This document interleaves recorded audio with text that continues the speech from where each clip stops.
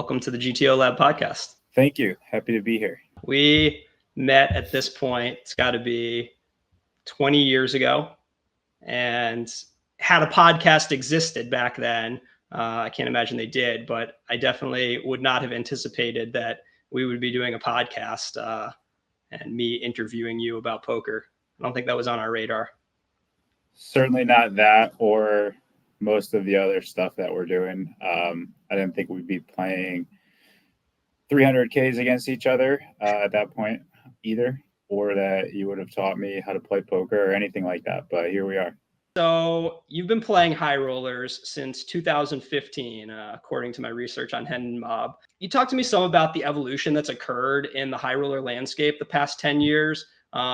Evolution in the high roller landscape, but also in yourself in those past 10 years, anything you've observed? Yeah, I played a few when we were working together in like 2012, but not 100K or anything like that. Back then, I think if you talk about progression, certainly the field is very different. Back then, I mean, this term gets thrown around in poker all the time, but that was truly the definition of a polarized field where you had a ton of true whales and businessmen, and then a group of regulars that was playing consistently. And that was typically the product of a backing conglomerate. And one dominant one at the time was the Germans, which is not a secret. They had a group of online players that crushed cash games, and then they were able to have tournament players that were skilled enough and good enough at live poker that they thought to pool their money and sort of put in a bunch of regulars. And then there was a few other groups like that. So basically that back in the day, it was a bunch of really good regs, which obviously the definition of that back then is different, but it's not less impressive. It's arguably more impressive. Like, they were coming up with their own strategies, their own population reads, obviously rooted in some sort of theory, but the tools that we have today just weren't available. Solvers were just starting to come out. So it was really like the best sort of live poker exploit high stakes guys. And then a group of, by all accounts, truly recreationals, which now the guys that play our tournaments for fun would have been very, very, very strong players back then. So if we fast forward all the way till now we have, like I just said, players that aren't pros, but they're very good poker players. And then a huge group of regulars that vary in degrees of skill, but the differences just aren't even close to what they used to be in terms of like the worst regular in the tournament to the best regular. Now everyone's very close, fighting for really small edges. And so the journey was basically from what I described as what I think is a truly polarized field to now a huge mixed field. So the numbers we're getting are much, much bigger. The first places, like, we never played 100Ks that were like 4 million, sometimes, 7 million for first, like we are now. So they were much smaller, but the ROIs for regulars were much, much higher. The variance was lower. And now we're at a stage where you have to fight for every percentage you're making in every tournament, and the regulars are constantly improving. The tools are evolving at a rapid clip, and it's sort of a race to stay current. So when you talk about, who the Recs are today and how they're pretty serious players, they're not like minus 60 guys like might have been the case back in, let's say, 2016. I'd be curious, what do you think if you take, let's say you've got a 100K field today that gets 70 players. The 55th best player is probably a recreational. Let's make sure they are. Let's say the 60th best player out of a field of 70 today in a high roller. How do you think that player is doing in 2015 in a similar field? Well, not, you understand what I'm saying, similar sized field high roller. Do you think that player is winning? Are they one of the top 10 players, one of the top 5? I would probably think about it like the best non-pros, whatever you want to call them, would be solid winners back then. And the worst non-pros would still be losing a significant amount. And then the middle of the non-pro field would be break even or slightly winning instead of definitely losing the way they are now. The difference is, I think that if you never did any work on poker yourself at all, and you just started playing these fields in 2015 or 2018 or even 2020, it's a game where it's not hard to pick up on things that people that you know are good and are proven to be good are doing and that you're not doing. And then you see it and you're like, well, Jason Kuhn did that, so I guess that I should, do that and stop doing whatever I was doing. You see a lot of the things that you see from regulars are very easy to copycat. And it's the sort of thing where it might never have occurred to you yourself, but you see it once and you never forget it. So I think that type of learning from playing is undeniable in these fields. It even applies to regulars. It even applies to myself. Like when I started playing them, I'm basically getting free lessons from the best guys in the field and seeing them do things. And if it's not correct, it's at least piquing your interest enough for you to investigate it and see if it's some strategy you should start adopting.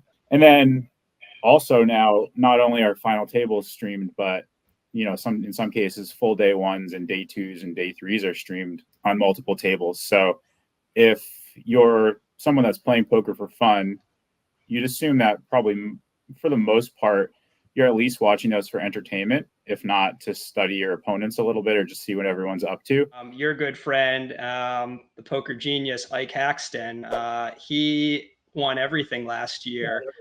Would you say he was a little out of line? He had a Jack-8 suited that was not very standard against your Ace-King. To my novice eyes, it looked a little out of line. Did Ike go for it a lot last year? I think Ike tries to find I really believe that he tries to find the best plays in a way where he's always looking to find if there is a small frequency of time that there's a hard way to put money in the pot, finding a difficult to find bluff, like esoteric combo use, whatever you want to call it. He's trying to find it within the guidelines of what he thinks is correct. And there were potentially spots last year where his guidelines were a little bit loose. Probably that comes with confidence and winning all the time. And I can speak from my experience, like if you've run a gigantic bluff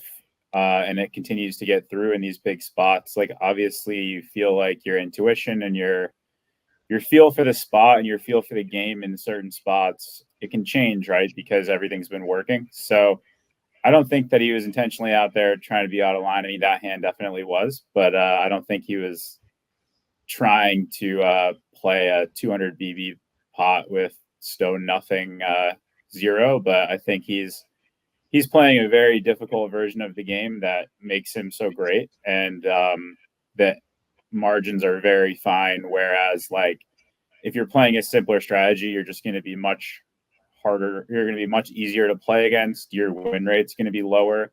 You're going to be a guy that people can overfold to. You're going to be a guy that people are more comfortable making these deviations first. So I think his main goal is to play the game the way that he's learned it from a lot of intensive solver work and what he thinks is right at the same time. But yeah, I mean, with a heater like that, it's probably hard not to try to put people in spots all the time. So I think that was probably a little mix of both. Yeah. There's something you touched on there, basically talking about how if something works, you kind of stick with it if something's been working. And with Ike playing so many variants of poker and exploring so many different parts of the tree in different games, he gets this feeling that, maybe some of the weaker regs who are so scared of blundering don't get by, trying to hit a 10% frequency. Sometimes you get to calibrate your instincts to something that someone who's a little more afraid never really has a feel for, because they're just saying, look, 90% of my hand, or 90% of the time, my hand just calls here. So we don't even need to go down that rabbit hole. It's really easy to get into that mode. And definitely when I'm not playing my best, I do the same thing where I'm just like, I reach for this 10% bluff here because I know this is mostly a fold. Like if I'm in a spot where I know my hand's a fold or a tiny bit of raise, I'm like, I don't need to mess with raising my hand 200% pot on this river when I know it's mostly a fold. But like those things add up, and then it can create bad habits of not searching for precision. And then all of a sudden you're under bluffing that hand, you're under bluffing that hand. You're not continuing by calling in an uncomfortable spot when you have a mix. It's really easy to trick yourself into thinking that the game can be played in a simpler way. But going back to what I said about the state of high rollers now, you can't do it because that's like we're not playing these 30 ROI games where you can make the argument of like, oh, I'll wait for a better spot. This is a soft tournament. Like that's such a crutch. And again, too, like you're playing against a field that's selling a bunch of action. They might be on the stream for the first time, or they're not so used to being on streams. They might not have any experience punting at super high stakes or anything like that. So it's certainly much more comfortable to make the easy play, but how much does it add up to in the end, and how much does it add up to in really tight margin games? And that kind of goes back to imagining everyone being some sort of catch reg in tough games. Like those are the type of spots where you've got to go for every single spot that makes you $1. And I think that in high rollers now, the Ike approach is still just like, I'm going to try to figure out if I'm supposed to put in money, and I'm going to do it with the hands I think is right, the right amount of time. And I'm not going to oversimplify. And does that lead to some mistakes? Yeah. Does it lead to some brilliance and make you really difficult to play against? And also, by the way, in terms of these guys that go on these crazy heaters, does it make you the chip leader every time you run good and have hands? Yes. Like, are people that don't have that reputation or don't strive to make these very difficult plays potentially not getting the money they should when they cooler people throughout a tournament or throughout a week of tournaments? They might just run really good making hands and just still have no results. And that's all because the oversimplification compounds on itself, right? So if you're constantly in there trying to make the hard play, I think it's going to work out much better for you than oversimplifying, even though oversimplifying is pretty comfortable and a pretty easy mode to get in, especially when you look around the table and you see what appears to be a very soft table or a soft tournament. But as you know from playing these things, it's like when it gets down to it, these guys aren't just giving the money away. They're tough in their own ways, and you can't make these excuses that you're just going to like take the easy way out. I know I already gave a long answer, but I would say it's a perfect time to bring up something like, you know, you and I, you can play against GTO Trainer or whatever bot you have. And if you thought about your score versus playing against a bot in terms of measuring your play, you could measure it by EV loss, just strictly not blundering in terms of like, oh shit, I went for a bluff and I lost 3 big blinds. Or you could go for it in terms of your accuracy versus what you're supposed to do. So every time you're presented with a decision and some sort of aggression number, like I rolled, you know, I'm supposed to be 95 out of 100 aggressive here, but my hand was like a 10% bluff and I skipped it.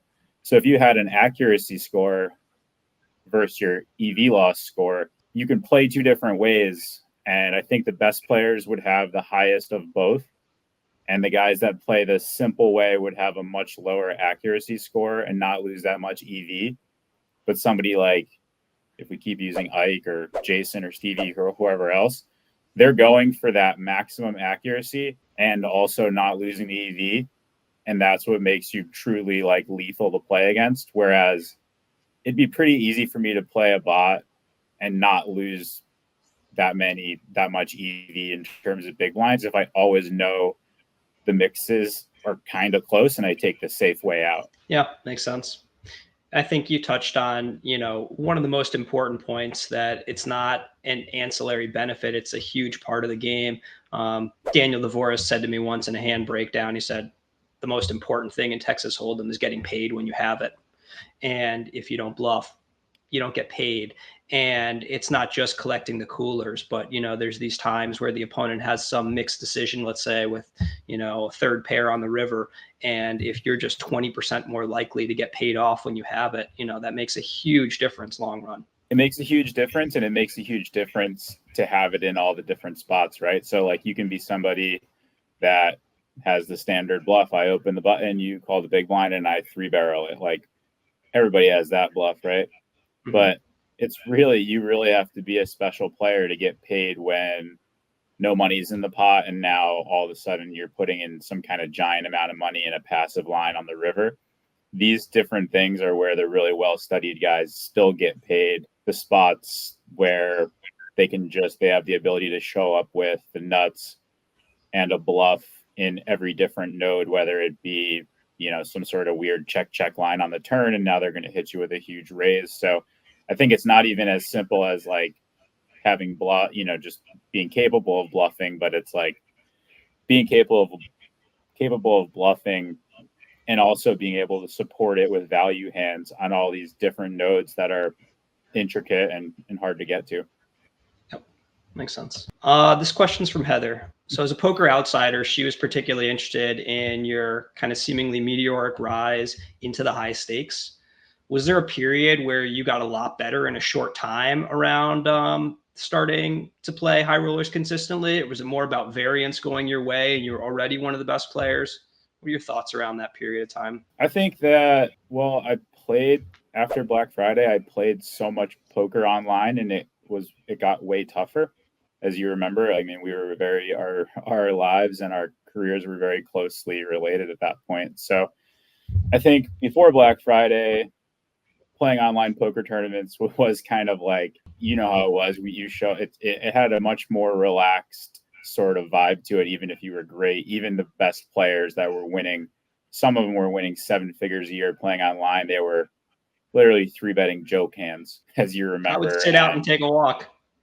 Yeah, but also there was just like kitchens, right? 10-3 off. You 3-bet 10-3 off, and then you'd show it, and it didn't matter if you were at the final table of a $200 tournament where his first was 500K. Like you said, we would take time off. We would play. You don't know your ranges even. Like you play completely different every day. I know that's not what you're asking, but there was a transition where not only because our job felt like it was in jeopardy between 2011 and 2014, where it was kind of like, we don't know how long online poker is going to last. We were playing much lower stakes. We jumped into a population that was much more pro heavy, albeit a varying degree of pros, but it was still like you felt much when we moved to Canada after Black Friday and started playing smaller field online stuff, felt like the heat was on. And that was also the same time where a huge what the answer to Heather's question really is like, and sounds simple now, but like I started watching Sauce run it once videos after playing like a goof pre Black Friday.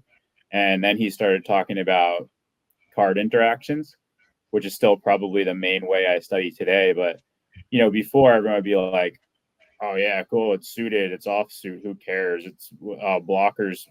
And then all of a sudden it was like, well, I'm watching one of the most successful players of all time tell me that this game's about cards and not about bluffing people because you feel like they're weak or whatever the case may be. It was a much more technical explanation than I had ever heard before. I think there's an interesting genesis for pretty much all the high roller regs in terms of like what breaks they found or didn't find, as far as backers, but also running good at the right time. Look, the not talented people, I should say the non-hard workers still weren't going to make it no matter how many breaks they got.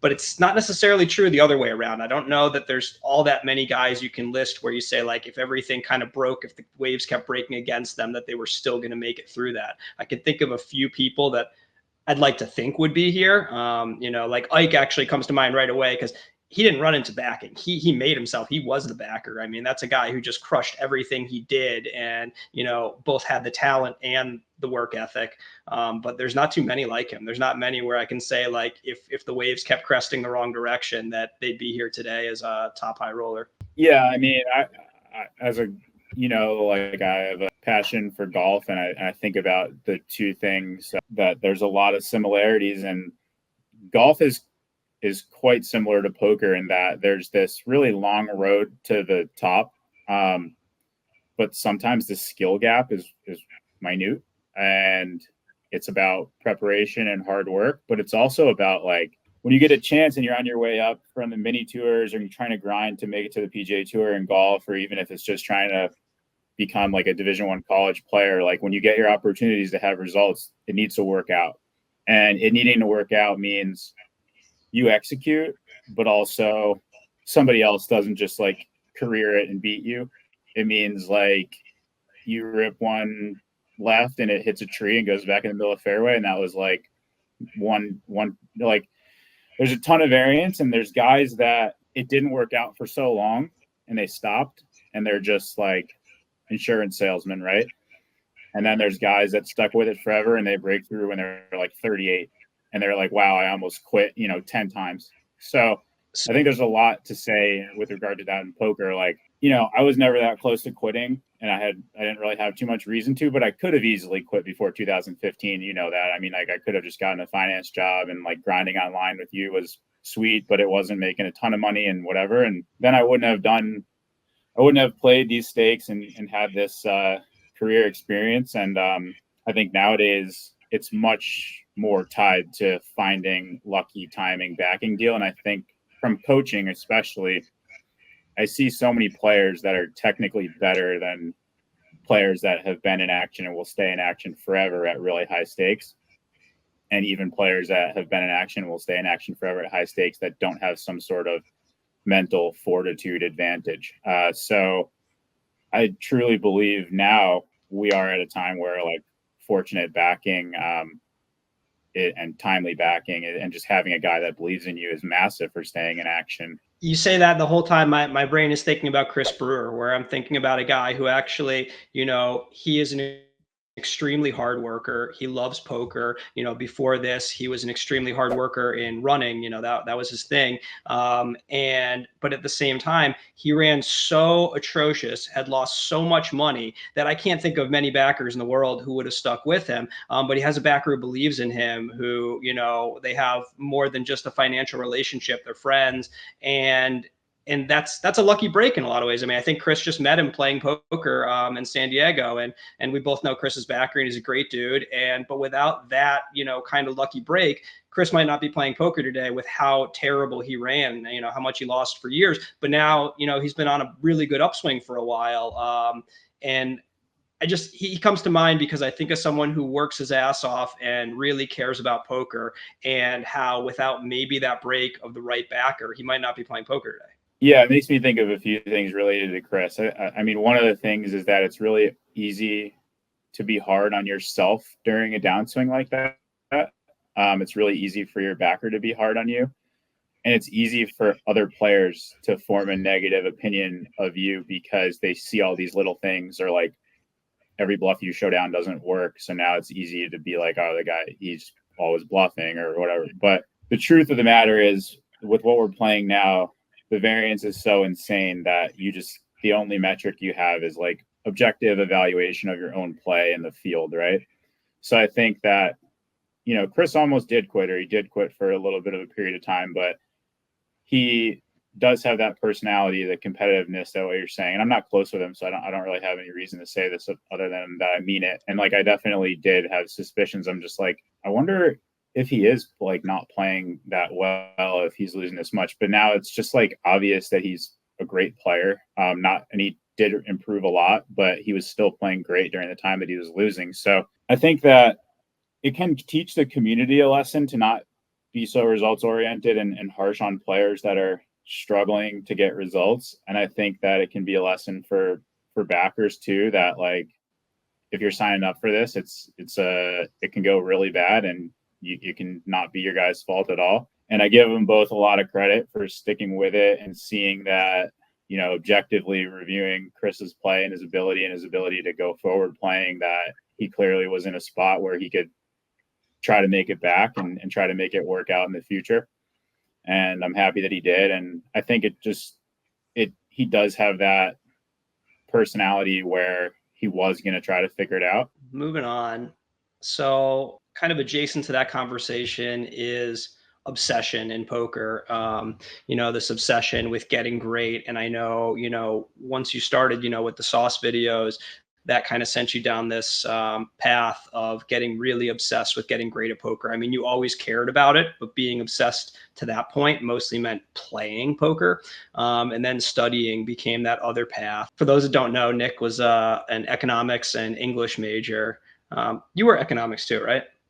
Yeah. All right. So we're going to use the concept, economists are always talking about, is thinking of everything in terms of trade-offs.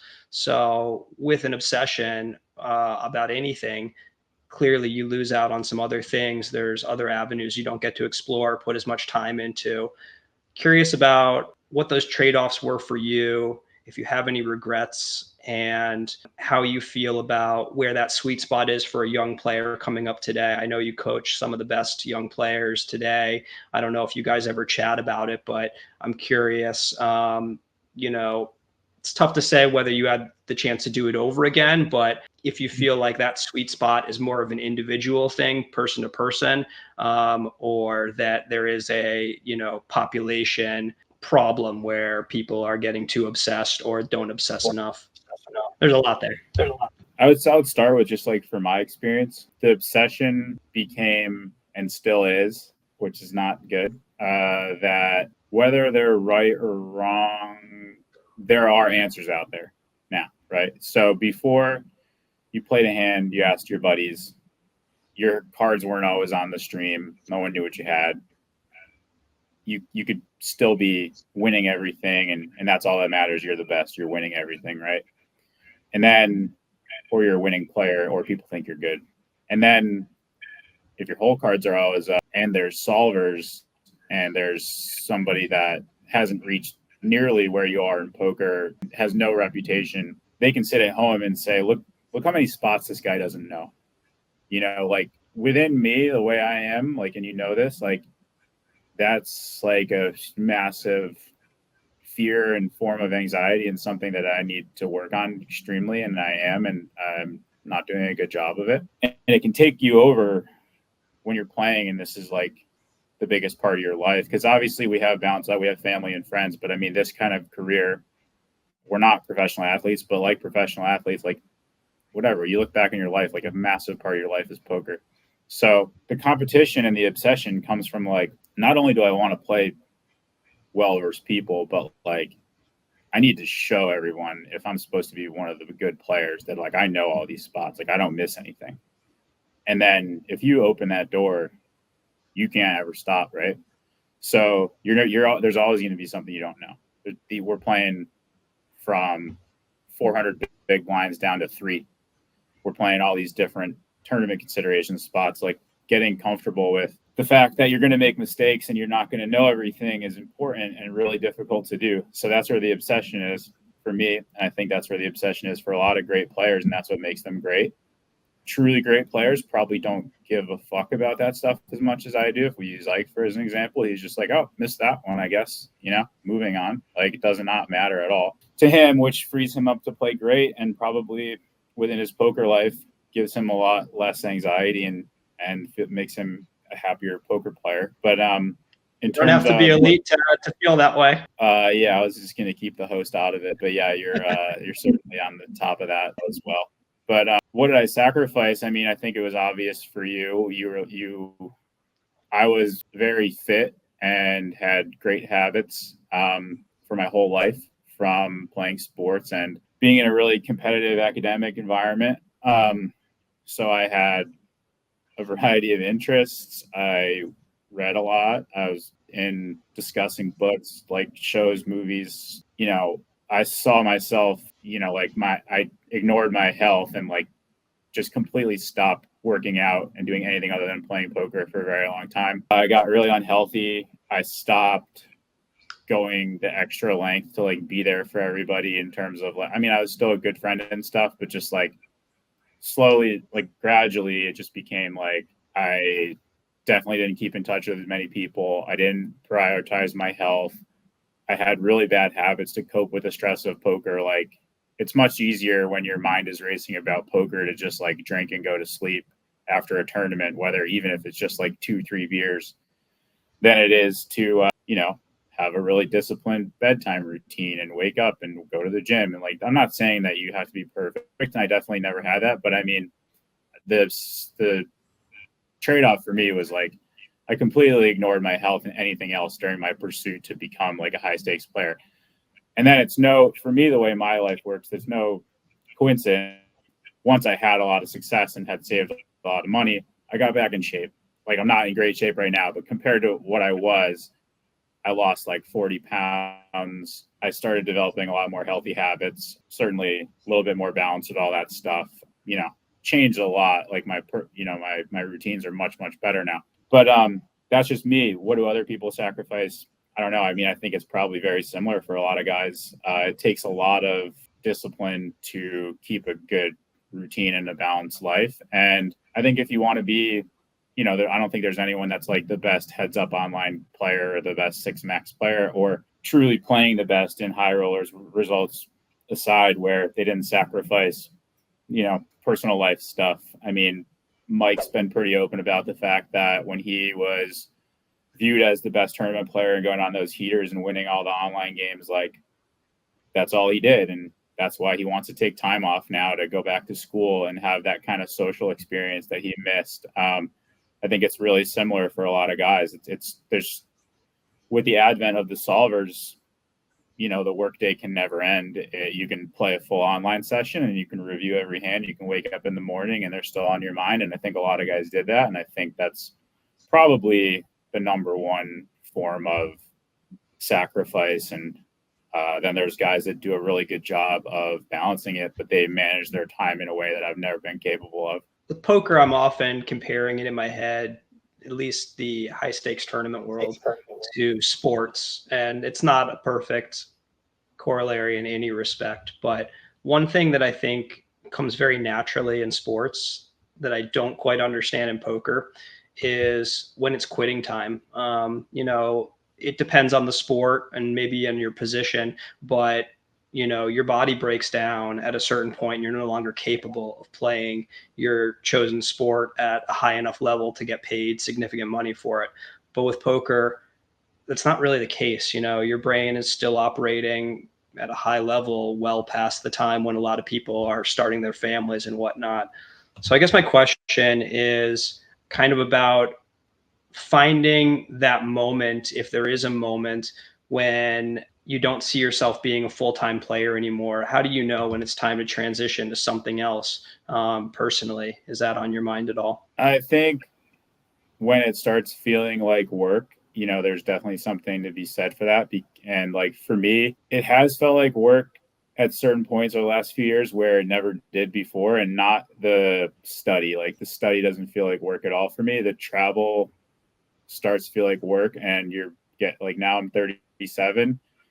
And sometimes I'm jet lagged for like an entire trip, get sick more often, just sleep, stuff like that, where I think it's not like it's basically like a battle of being well rested for me when I'm traveling. And if I'm not well rested, it makes the poker feel like work.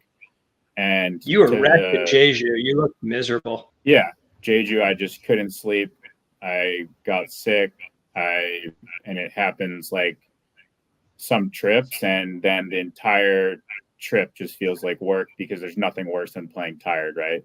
And there's nothing worse than playing tired when you're actually like, I want to go to sleep, So that's like within that same conversation of balance, that means the same way an athlete does, like you need to make big lifestyle changes to continue feeling good. Like, do I think it affects my play a lot? Like, I have so many reps and I can play tired and it's fine.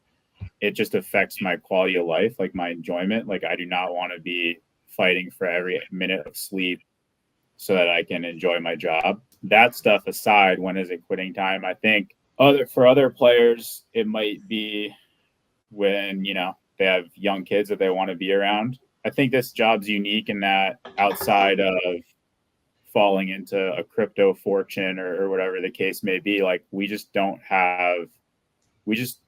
our yearly earn isn't the type of career where you can just hang it up at like 35 for most people, depending on what your life goals are. And also we probably can't work till we're 65, and we probably don't have 401ks like people have from their jobs. So sort of a different question in terms of that financially, because you don't know how long you're going to be able to work for. So like if you can work, you're probably going to play. Most guys that have put in this much time to establish this experience and the baseline of knowledge are going to use it until the games are no longer running, or they're going to try to spend more time with their family. I mean, I think you basically just take the volume down. You start skipping, like I used to go to everything. Like I would, and I haven't played in Florida in years and years because now I choose not to travel to play that type of schedule, or I might choose to skip some trips that are a little bit lower, some EPTs that don't have the biggest stuff because it's a lot of travel for what it is. So that's a form of dialing it back, but I'm not even close to stopping full time. And also just because like I feel like I had a lot of success, but over the last 2 years, I haven't, and I definitely would never want to end on that note. I feel like even though pretty much everything is the same, it doesn't matter if it's Vegas or Triton or whatever. I just haven't converted on like some huge chances in Triton. And for me, that sticks with me from a competitive standpoint. And I would never want to stop without sort of giving myself more chances at having success out there. But yeah. All right, so we're going to look at a couple hands you played, starting with a King Jack offsuit. You played at Triton against Justin Saliba's pocket sixes. These hands, I asked our friend Tim Ulmer to find a couple of interesting Nick Petrangelo hands from the last few years. This is what he came up with. All right, so this was at Triton, London. This is the 25K GG Millions. And very early on, you can see 83 of 88 remaining. And you're 100 deep. Looks like you haven't played a hand yet. 250s, the starting stack there. And you're under the gun 1 7-handed. King Jack O, always an open? Yep, always open that one. Okay. We've got Justin Saliba on your left with sixes. You ever play any 3-bets there? Probably just like a very tiny amount, but almost negligible, and just always call. Okay. But you'll always have some tiny frequency of 3-bets with the small pocket pairs. Gotcha. But it might be like 10 or something. Kiat Lee, right there on his left, has an interesting decision with King 9 of diamonds. We can see he goes for fold. What are you thinking there? It's probably all three. The deeper you get, the more you'd move it into like call and 3-bet. And here at 100, you'd probably be like mostly squeeze or fold. Maybe one position later, it's more fold, call, 3-bet. This one's probably just fold and 3-bet. Gotcha. So it goes just heads up to the flop. 2 of you, and we've got 9-7-5 with 2 clubs. You have the king of clubs. 17K in the middle. Justin's playing, looks like about 80-ish to start. What are your thoughts? Yeah, I mean, I think I should just pure check the flop, but I usually try to mix some aggression in every spot. I don't think there should be any in this one. I probably played this one a little bit too close to something like 9-7 deuce instead of 9-7-5, where he's flopping all 3 sets and like 6s and 8s have gutters, and he's got a lot of like ace queen off in his range that's not even gonna pure fold the flop. His range is really tight, and I think this is just kind of like a precision error by me. I don't think I would have ever c-bet anything like king queen or any sort of Broadway without a club. And I shouldn't c-bet at all, probably, in theory. I mean, there's not really much of an exploit to be had there by like c-betting too much, because I'm just rifling money into a tight range. But I assume I tried to mix for some aggression and just landed on a small, amount of big betting and did it. But it's just not a good play because his range is so tight. So you opt for... And we're so deep that like my overpairs don't want to start B60. Yeah, you opt for 13 into 17, and that was my question is, do you think it was more, you mentioned it being a precision error.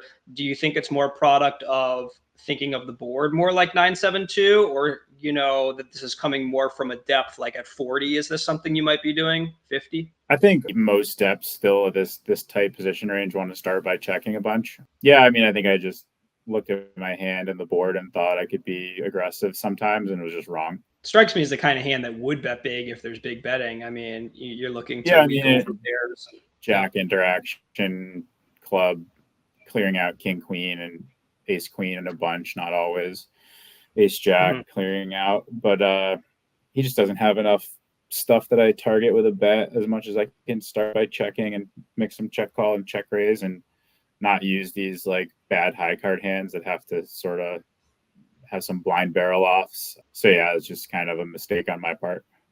Sure. It feels like, when you go for the big bet, Justin's going to have pretty easy decisions overall. I'm not saying big betting, is just bad overall, but he doesn't really need to play much raise at all with any part of his range here, does he? No. And yeah, certainly the big bet continues, especially for a tight range, very easy. Small bets often are more difficult to combat because your continued frequency is higher. It's more difficult to find raises. It's more difficult to find the indifference points with your unpaired stuff and some of your lower pairs, although he wouldn't have many here anyway, that don't have interaction, which is also part of the problem for c-betting. It's not like he has pocket threes flatting pre. So yeah, I think it's the hardest part of what I was thinking about that's just misguided is like it is very difficult to know what to do with ace queen, which would be a big chunk of his range. Ace jack suited, no backdoor, obviously is easy fold, but it's trying to target a really narrow range like that, and then also with some kind of bad card removal with like jack of spades is wouldn't instruct to repeat this play on the flop. Yeah. Justin does call, and you bink the jack on the turn. We got jack of hearts. So we might be in somewhat unfamiliar territory since, you're not a big fan of this flop bet. But what are you making of this situation now that Justin's called a big bet, but you have improved? Yeah, I think the way it should work now is like if we keep some of his ace queen backdoor in the range, and obviously he's going to have some nut flush draws, he's going to have some ace queen off, ace queen single club type hands. I can still target hands like that with a small bet. I can still play my range pretty aggressively for a block, mix some checks, of course. I think at this point in the hand, I'd probably realize that, I'd probably rifle the large bet into a really tight range that now we're certainly still too deep for me to comfortably start value betting and playing two more streets of value with Jack X unless I get kind of a nut run out, of which there aren't many. So kind of freestyling off of a flop error, I considered blocking again, just because I do think like equities run close in a way where we both remain having a bunch of strong draws and strong hands. So I don't need to split here on the turn with like more huge betting. And obviously my overpairs wouldn't want to do that. And I still have a lot of nutty draw type stuff and sets and everything else. So I think it would make sense in this sort of like made up line to have a lot of blocking again this deep. And then checking, of course, not that much checking though. And again, like if I equate it to a spot where it's like similar but different, if I had made, a c-bet that was more allowed on something a little bit less connected, like 9-7 deuce jack, I'd probably block again and mix some b50 and a little bit of checking as well. Or if it was like a wider range spot where I had bet the flop out of position where there's more c-betting, like if it was like hijack cutoff or cutoff button, maybe I could go like block or block b50. So those are some ideas like I'd be thinking about when I'm sort of put myself in no man's land, but now I have to figure it out.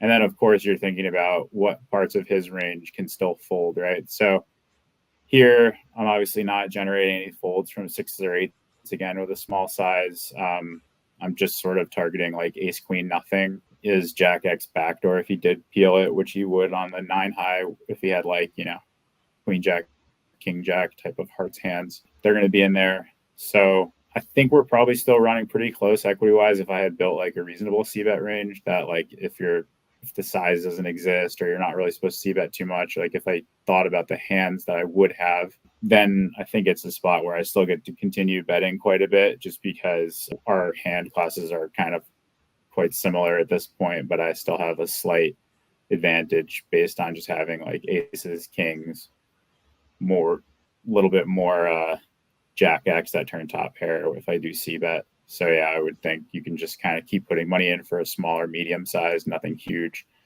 And I went with check this time. Yeah, so you do go for check, and Justin opts to check back. Any thoughts on Justin's spot here? I think he just has like a pretty easy check back. I wouldn't think that he has to start bluffing with sixes. I think he's probably hoping I had some kind of, dumb unpaired c-bet like I did and have some king of clubs ace in there or whatever and try to work it to showdown for him. I could have my own ace queen type thing. I don't think I would have king queen at this point anymore, but I don't think I would have c-betted too much on the flop anyway. So now we've got the 10 river. Justin does check back, 43 in the middle. He's got 200 back.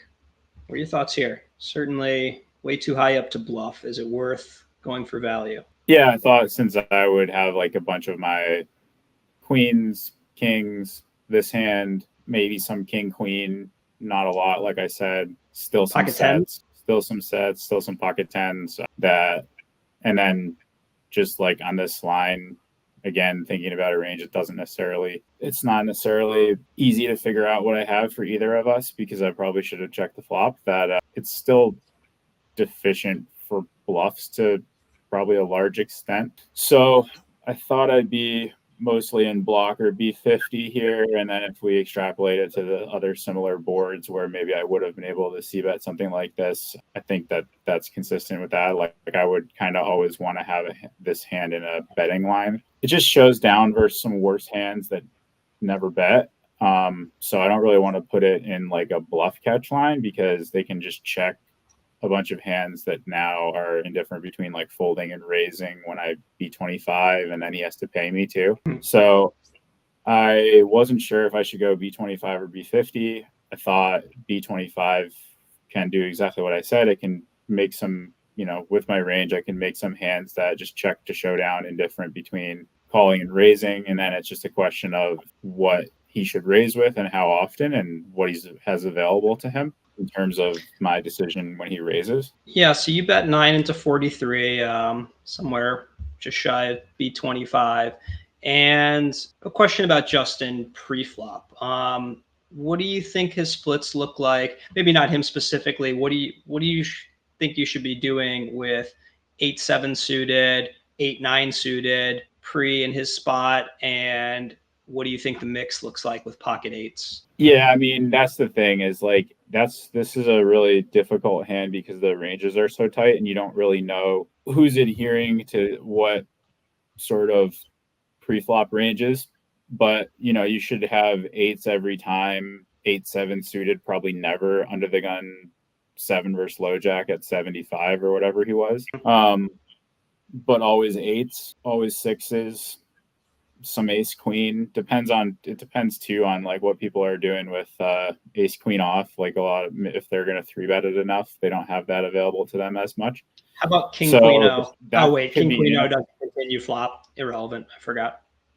Right, but at pre-flop too, that would be like just 3-betting mostly, or just even folding. Depends on too if I had 2.5x or 2.3 or whatever. But yeah, that's part of the reason. I mean, it kind of goes back to why is the flop c-bet an error, right? Like this range should just be firmly.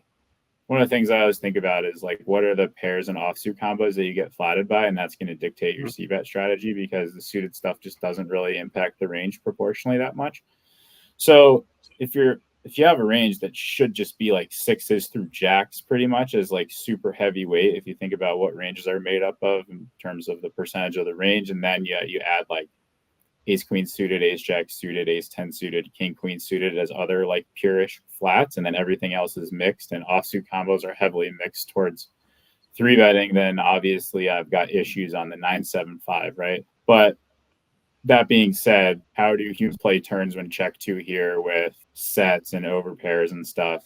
They bet typically, as they usually should. So now we're looking at a range that has sixes, eights, shouldn't really have 7-8 suited, shouldn't really have king queen unless they had clubs, of which I have the king of clubs. They should probably have king queen backdoor hearts, and then it really depends on what they do with ace queen off pre, which I'm not sure what your opinion of ace queen off pre is there, but I think for some players it's easy to be a little bit too passive because you're supposed to be pretty passive in late position.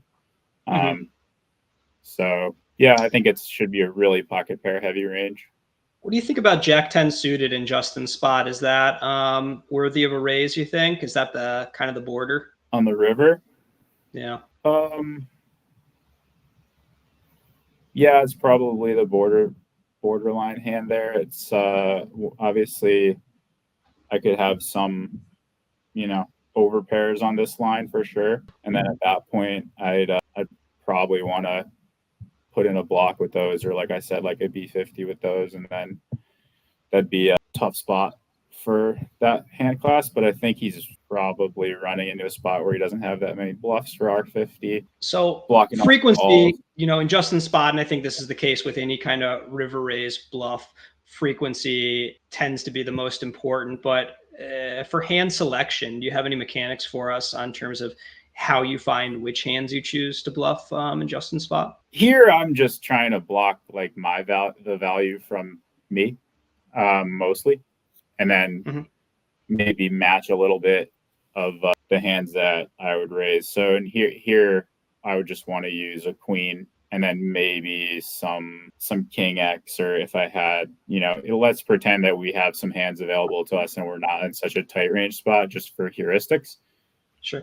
Which is why I don't like sixes here, because they do nothing. They don't block my value. They don't have any interaction with the value hands that he would raise himself. So I'd much rather have something like, if, for example, we had a little king 10 backdoor or something like that on the flop, right? As Justin, Mm-hmm. that would probably be a candidate. That would be a hand that obviously has interaction with my rivered pocket tens. So having some sort of card interaction with the hands that I'm actually going to call a river raise with is important. So, of course, again, six is not meeting the criteria, but don't want to be critical of Justin when I'm clearly the one who kind of like took us on an adventure in this hand. But I'm looking for ace queen. I'm looking for some stuff like that where I block that king queen that I have, and I block some overpairs that might play the block and call. That makes sense. Yeah, love it. And then again, always want to have we always want to have interaction with our own value hands, right? Like our value is pocket eights, obviously, and king queen if we have it. So if we took it again to, yeah, and then again to thinking about what hands out of position is going to maybe put this bet in with, for either, like I said, that like B25 or B50 and then call a raise with. It might just be, wanting to block pocket tens is very important in king queen. You do opt for the one chip call, and Justin is left pulling on his fingers. Our good buddy. Your golfing buddy. Yeah, my golfing buddy. Yeah, I think it's just sort of like if I'm him, I just wouldn't want to use that hand. But again, maybe it's possible. I don't think he did this, but I think it is a good lesson in thinking about like not just saying, okay, I have the worst possible hand I could have here, so I'm going to bluff with it sometimes, because that can lead you to use the wrong cards in certain scenarios. Like sometimes you just have to fold the worst possible hand you have and not try to consider it for a bluffing candidate, where maybe you would have just needed a little bit of ace queen or king 10 backdoor, like I said. Yeah, I think I'm looking at you and I'm thinking about how the landscape has changed since maybe 20 years ago when we started playing for a living. Not many times we would have blocked a value hand, called, and just looked, pulling the chips in. Head in hand, okay, pretty standard, nothing going on there, but not many celebrations in the high rollers these days. Certainly not level 3 of the 25 case. Yeah, definitely not when you like half butchered it and then you luck into winning versus a bad bluff. You don't celebrate those very often. I still do up here. Yeah. I was probably already stressed out as soon as I put chips in on the flop. I was probably like, well, that was bad, so then I was nice. All right. You mentioned when we were talking about, finding that moment when it's no longer, when you don't love it enough to deal with things like tired poker, like, your Jeju stop was pretty tragic with the jet lag and getting sick. I had a pretty epic spot a few years back in an app game where my EV was just off the charts, like an hourly that I'll probably never see again. And I was up all hours trying to keep up with a rec who just wouldn't sleep. I mean, this guy was on all sorts of uppers. And I was, like sleeping less than 4 hours per 24 cycle, just setting alarms constantly, and doing everything I could to both stay awake and stay sharp. And at a certain point, like, caffeine, there's very diminishing returns. And so I reached out to you about Adderall, whether or not you thought I should try it. I had never done it. I've always thought I would love Adderall and all of its cousins. I like that sort of thing, but I am worried I'd like it too much. And you gave me an emphatic no. You were like, no, maybe if I only needed this for 2 days, maybe it would be right for all the EV. But if I recall correctly, you were saying, given that this is, this could go on for weeks, it's just a no, that you've had experiences. Most of our mutual friends in poker have had their periods with Adderall or some of its close cousins. I wanted to ask you just about PEDs in poker, your experience with Adderall, and anything else that you know of that high stakes or just poker in general is popular, and your feelings on, I'm looking at PEDs not from they're not banned substances, looking at it more from the pro con for the individual player. What are your thoughts? Yeah. So for me in boarding school, everybody in college, we went to a really competitive school with a bunch of work, and everybody sort of used it as a crutch for pulling all-nighters, finishing essays, whatever the case may be. And once that was over, I realized, like those, the come downs and stuff are really bad, really unhealthy. It's obviously terrible for your body.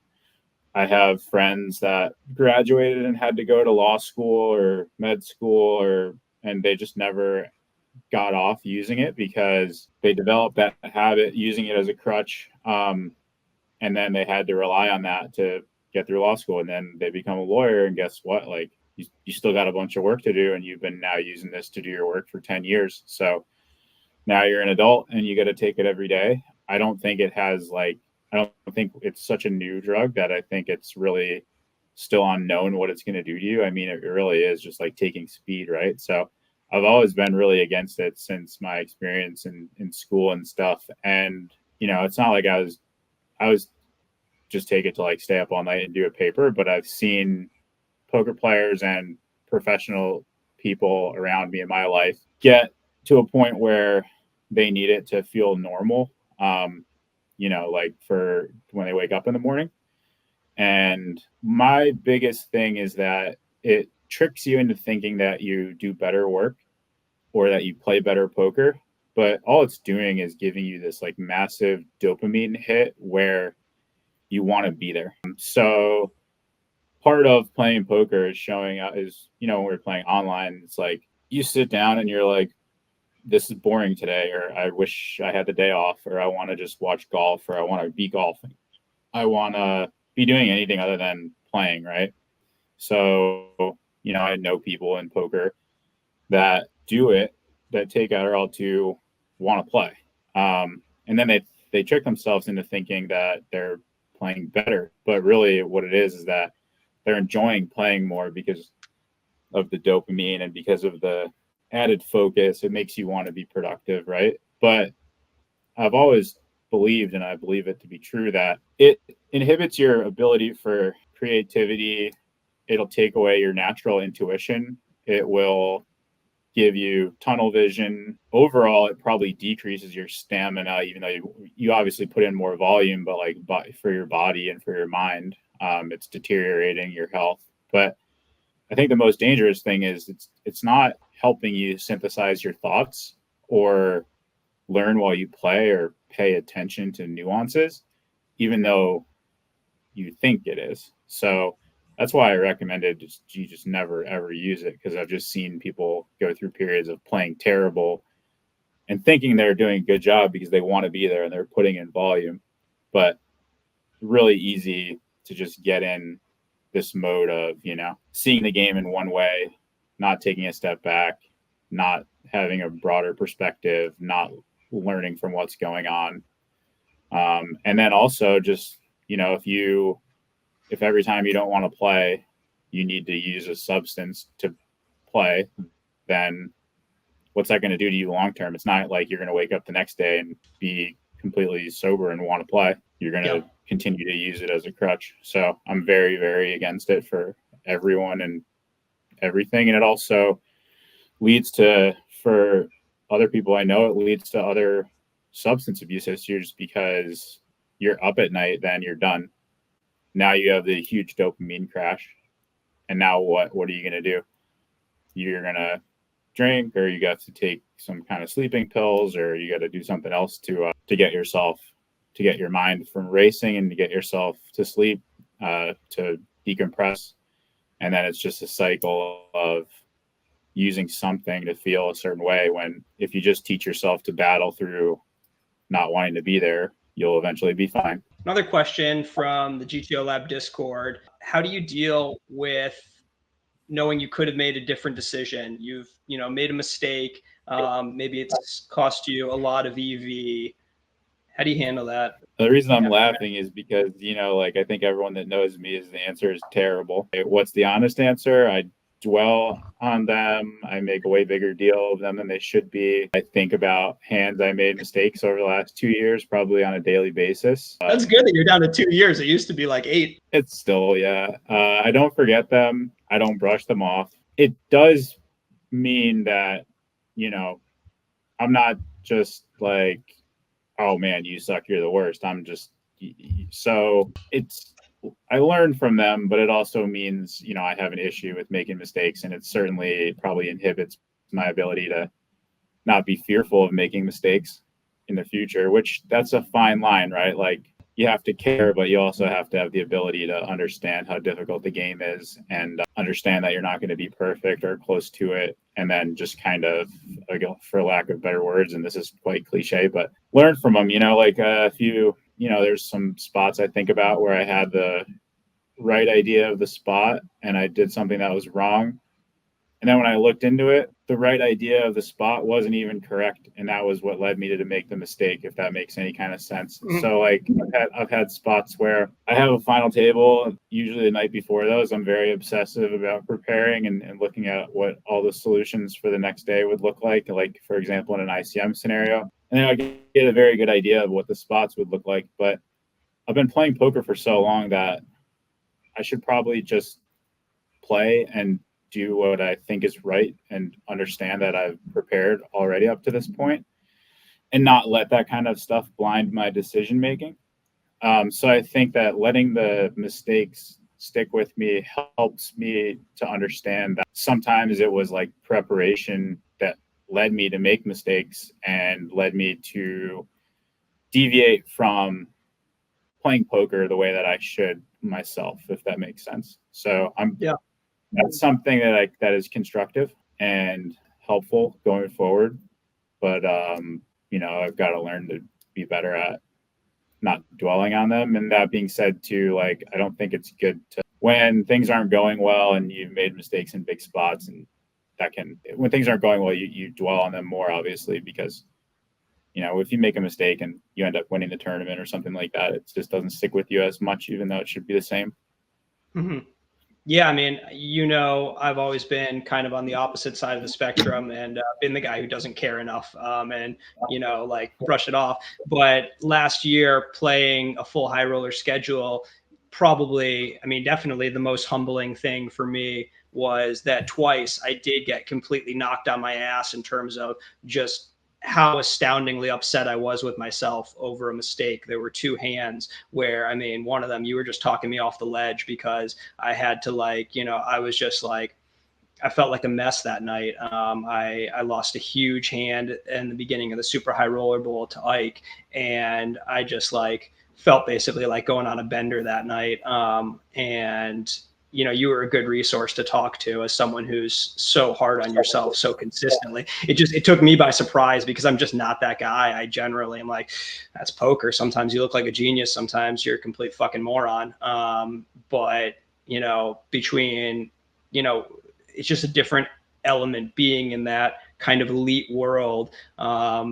No matter how much you don't think you care what people think and, how much you think, for me, I don't think of my identity that much as a high stakes poker player or a poker player at all. It's always been a piece of me, but I realized that night, I'm like, whoa, you're taking this way more serious than you like to admit to yourself. And I thought, that, and then a punt I had a couple months after that, those were really interesting experiences for me to see how hard I could fall apart over a poker hand. Yeah, it's a product of the environment. It's obviously very intense and it's a lot of pressure and every hand being streamed and the reg community being so ready and willing to jump on any mistake and pile on somebody at any moment, whether it be private or public.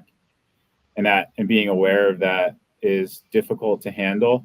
And I think that I've tried a lot myself to not be critical of other players because we're all in the same experience. and it's not productive. And typically it's some sort of insecurity that you're expressing about yourself if you're really waiting for someone to make a mistake and talk to other people about it.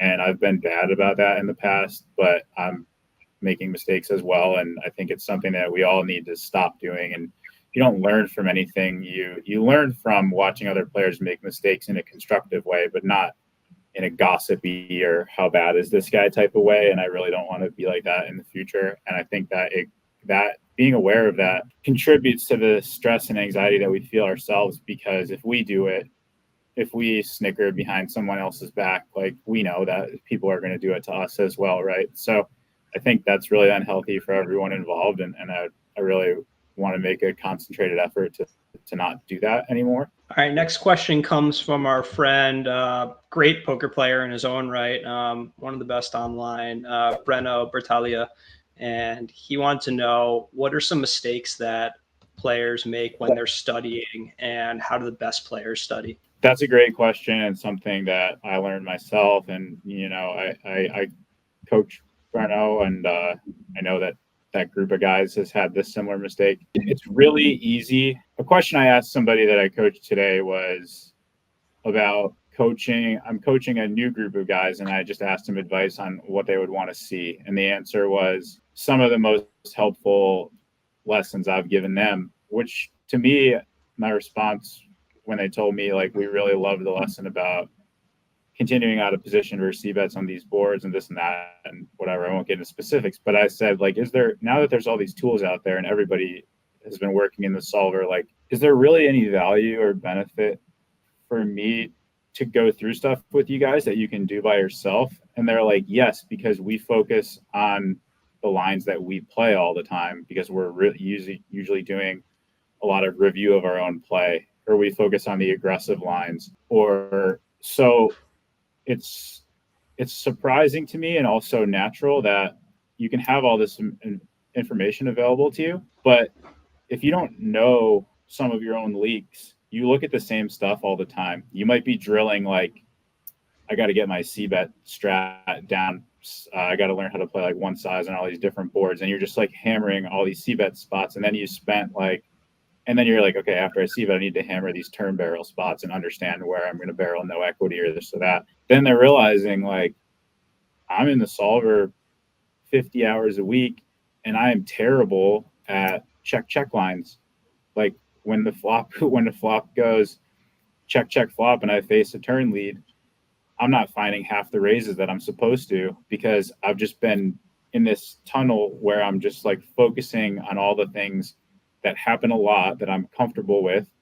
And I happen to play a certain way where I miss a lot of passive plays. So then when I look up my hands from the day, guess what? I don't really see them that much because I don't do it. Like, I don't check back the flop enough, or I don't check back and raise the turn enough. So I'm not looking at that stuff enough. So I think it's really to answer what the biggest mistake is just getting in a pattern of kind of like studying what you're comfortable with, studying what you're used to. I mean, very simple example would be like, you go to the gym, bench press and curls, call it a day, like that kind of stuff, right? So what I do is I really try to like truly randomize my studies so that I'm focusing on all different spots all the time.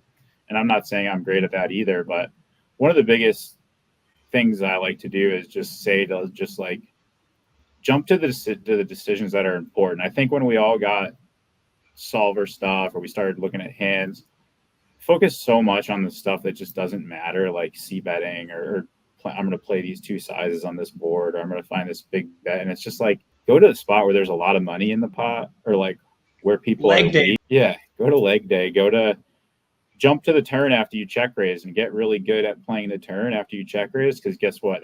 That's going to be a big pot, and that was the lesson I was just doing this morning with my student. Yeah, it's fucking tough. Easy to blunder. Yeah, easy to blunder. Easy to just and again, if you don't study it a lot and you get in all these check raise spots and you have all this stuff available to you, you're like, I don't know, I have a gutter, I guess I'll just bet again. Like, it's just stuff like that where just jump to where there's a bunch of money in the pot, jump to some river spots where it's a passive line and see how hard it is. Because if you don't get to the river that much when you play, you don't get to the river that much when you study. Like, it's just kind of one of those things where you got to hunt down the spots that you truly don't know. Yeah. I love being written off by a reg who, I miss a range bet or maybe purposefully check in a range bet spot, but the EV was like almost no different between my check and the bet. But then that same reg somewhere on the river is making like a 3 big blind mistake. And it's just like, what are you studying for? Like, where are you putting your time and effort? Yeah, that's the whole thing, is like, oh, this guy missed a dark C bet. Like, sure, what's it worth? There's 5 big blinds in the pot and every hand's worth the same, or it's a lot of that stuff. And I mean, also evaluating that stuff by EV is quite misleading, because a lot of times people make the argument, and I'm going against what I'm saying right now, but they're like, oh, but I put in 1 size and guess what? It's the same EV as playing 2 sizes on the flop. Like, you're not supposed to, like, obviously everything's going to be the same EV. Like, you're setting up a supercomputer to play a trillion hands against itself. It's going to figure out a way to how to make it work. So let's see, what happens if you're playing this dark C bet strat and you have a guy that plays normal versus the dark C bet strat, but he plays really shitty on the check line, or like when you check back, he just like rifles money into you, because on whatever the pure C bet spot might be, on king 9 deuce flush draw, if you check back, he always thinks you have 10s through queens or pocket 8s. Now, what game are we playing, Yep. Or what are you supposed to do versus people that check raise too much because they know everyone pure C bets? Are you supposed to still pure C bet? It's interesting. So I think it's just one of those things, again, going back to the some sort of insecurity leading people to want to pick out small errors and strategies like that and not see the bigger picture and what might be going. Like, a good example of how I want to change my mindset with stuff like that is where it's just like, why did John check? Not like, hey guys, look, John checked this pure C bet. Like, he doesn't know what he's doing. Nick was, as we mentioned, a double major in college, English and economics. And he was also a 2-sport athlete, hockey and golf. So everything's going to be in one of your 4 areas of expertise. We're not considering poker your area of expertise, because you did bet 75% with the King Jack O on the flop into Justin, and that just doesn't seem expert level. I'm also, I'm not confident in my expertise in whatever you just listed. Good. All right. Starting with English. We're starting soft. This is preference. Give me 1 or 2 of your favorite novels of all time. Oh, okay. I thought you were going to ask me like hard question. It's good. Corrections. All the King's Men is one of my favorite books. But more recently, The Corrections, and like I said last time, Music of Chance. Wow, that's one of your tops. Music of Chance. I said recent. Tops forever. No, just all Friends and Invisible Man, All the King's Men. Yeah, probably. One of your favorite nonfiction reads all time. The Big Short. Nice. Probably like the movie better, but love the Michael Burry story. Yeah. All right, we're moving to hockey. You grew up in Massachusetts, a Bruins fan. You've lived in Vegas for some time now. You're forced to pick between the Bruins and Golden Knights. Nikki's choice. Who's your baby? Vegas. Easy Vegas. Wow. Yeah. The culture of the games and stuff. I just never. Yeah. I have had such a good time being a Vegas fan and going to the games in Vegas. And I went to their first big playoff run in 2018, and there really is something different about it sounds crazy. People kill me for being from Boston, but I lived right in downtown Boston, and we would go to the games and stuff, and like just a bunch of people yelling at you. There's cabs running you over everywhere. It's miserable in there, and people are fighting and dumping beers on their head. And just going to hockey games when it's like super nice out and everyone's outside smoking weed and happy and no one knows what's going on. The food in the arena is amazing. You walk right to the area when you're done, or you're out in your car going back to your house in 15 minutes. It really changed me.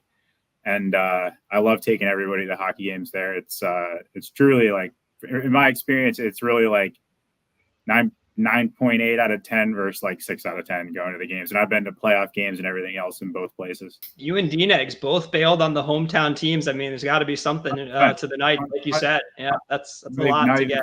15 eggs off the Leafs. We're recording this on the 6th of May. There are 8 teams left in the NHL playoffs. Who's going to win it all? Colorado. I would go with Colorado. That's also who I want to win. All right. Nicky Nostradamus. Who wins next year? I'm trying to think of who's really strong. Dallas, maybe Carolina. Okay. Carolina. Oh, I think they're supposed to stay the same. Yeah. All right. We are going to try and challenge you now. We're set up for some economics trivia. Oh, shit. I'm not going to know anything. The elasticity of demand in a market has to be greater than what number in order for the demand to be considered elastic? Oh, I would never. I know what elasticity means, but I have no idea what the number is. We got an elastic product. You know what that means? That means when people can go elsewhere and get their printing and copying done, they're going to do it. You acting like we got an inelastic product and we don't. This is bad news because there's 58 questions ranked easiest to hardest, and this is number 1. Yeah, I mean, I haven't studied economics since 2009. The answer is 1. The answer is 1 to the question. I swear to God, my first thing to say was gonna be 1. So speak up. That was my initial. Question 2. Before achieving worldwide stardom as a rock and roll frontman, which singer couldn't get any satisfaction in studying accounting at the London School of Economics? That's what is that? Mick Jagger? Wow, you went to Skidmore for that. All right, often attributed to a 1980 Virginia newspaper article as the source, the common acronym NIMBY, N-I-M-B-Y, holds what meaning related to local politics and anti-development tendencies? No idea. This is a good one. I didn't know it, but I heard it. Not in my backyard. This is like, I'm a liberal and I'm in favor of halfway houses, but don't put it in my neighborhood. I'm down with that. Yeah. Originally published in 1776. What famous Adam Smith book? What? The Wealth of Nations. I'm going to know that one. Boom. Yeah. How is that? I mean, the order of these questions is a little bit strange. I'll never forget I still have a Wealth of Nations in my house. Who is not a top 20 player today, rankings wise, that you think has a good chance in the next 3 years of cracking the top 5? It's so fucked up because because of Liv. I don't even know who's top 20 right now in the golf rankings. Sahith Theegala, but he's now 12 because so many people are now out of the rankings because of Liv. Got it. Yeah, I've never heard of him. I'll go with Will Zalatoris. What was the best round of golf you've ever shot? Not necessarily score-wise, whatever, because obviously some courses are more difficult than others, but what was the best round of golf you ever played? The best round of golf I ever played was probably when I was 15. I shot 72 in a tournament. As an adult, till last summer, I shot 71. I shot 68 once on a very easy course, so that doesn't count. Okay. As always, our final question. If you can give me 3 recommendations, take book recommendations, movies, TV, anything, you're the one person I don't think I can ask recommendations for me because you and I exchange recommendations so often. So maybe just thinking about our audience, anything you think they'd like? Life hacks? Book, I would go with Corrections. The Corrections is a classic. Movie, I would go with something I love that's also entertaining. So Place Beyond the Pines. Show, Mad Men. Song is tough because that's like so mood based, You gave 3 good ones. I'd recommend Tool as an artist to look into. That's no one looks into that. All right. And if you need one, 46 and 2 by Tool. You always give me good one-off songs. I'd say you hit me with an eclectic. Probably not gonna like, but no, I don't like Tool, but maybe the viewers will. Well, thank you, Nick. Appreciate you joining the GTO Lab podcast. And I know you and I will break down a bunch of hands in the future separate of this, but really appreciate it. Yes, of course. My pleasure.